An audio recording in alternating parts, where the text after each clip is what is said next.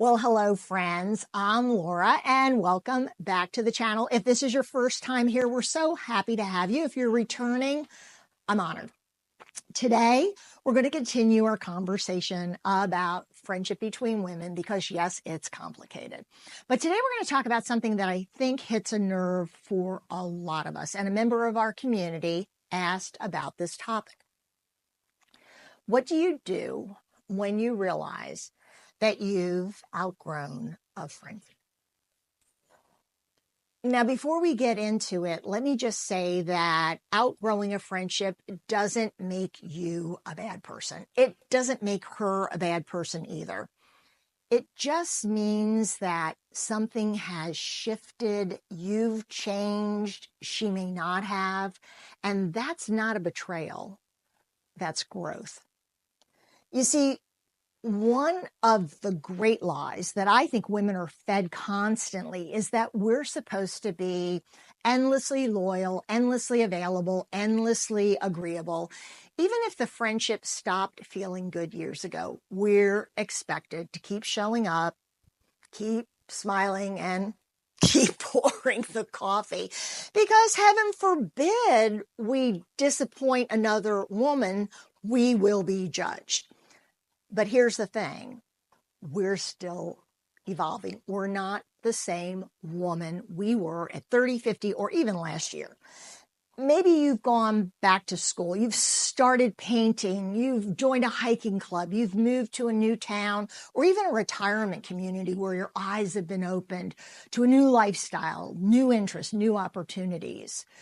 Whatever it is, your world expanded. And your friendship didn't come with you. But now she still wants to talk about the same things, go to the same old places, complain about the same old people. And you're sitting here thinking, I can't go back to discussing our old neighbor's trash can. Yes, I'm making light of it. But what do you do? Well, you don't want to ghost her. You don't want to have a high school breakup, and you want to be kind. The friendship meant a lot to you, but you also can't keep spending your precious time and energy on a relationship that no longer fills you up. So let me say this.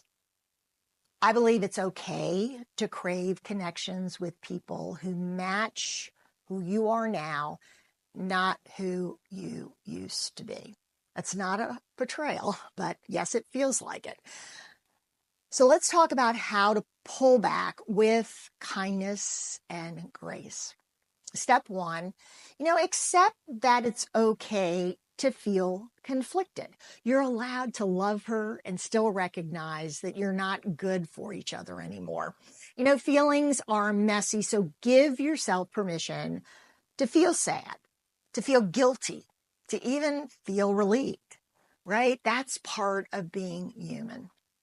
Step two, stop doing all the heavy lifting. If you've been the one keeping the friendship going, texting first, making plans, listening endlessly, step back, just ease off the gas. See what happens when you're not putting in the work. Sometimes that little bit of space is enough to let the friendship fade naturally. Step three, create gentle distance. You don't need to give a big speech.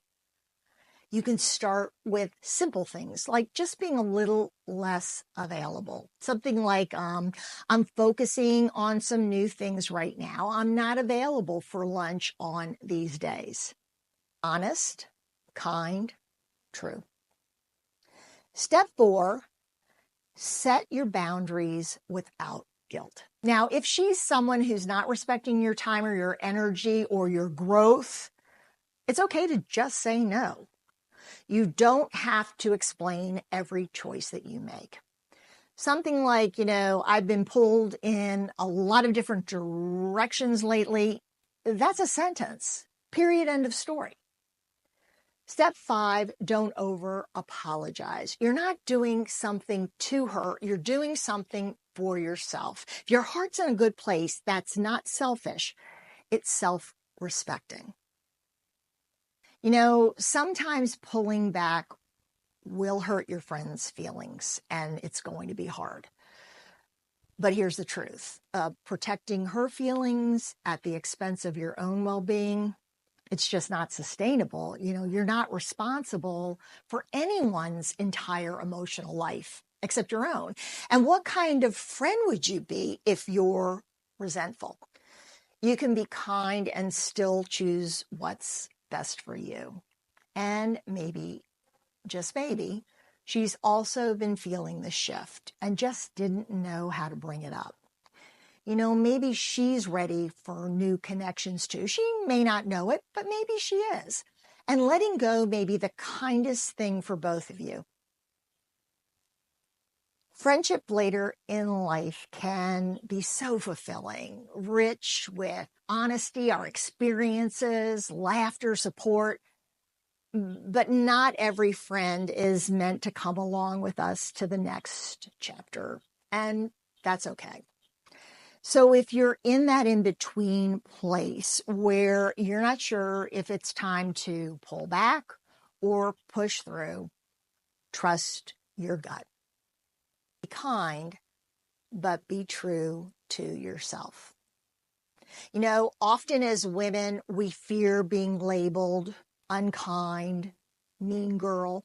But I'll tell you something, mean girls are intentional. They hurt others just for the sake of hurting them, for having power over them. That's not what we're talking about today. We're talking about being kind to someone who meant a lot to you. Someone who, just because of circumstance, changes you could or couldn't control, who you've outgrown. Well, if this resonated with you, I hope you'll like, comment, and subscribe. I'd love to hear if this has happened to you, and if it has, how did you handle it? Or are you in a situation where you know that you need to make some changes? Sometimes we just like to pretend there's no problem and hope the other person will go away, but that's really not kind at all. I look forward to hearing your comments and appreciate you stopping by today. I look forward to seeing you next week. Take care. Bye-bye.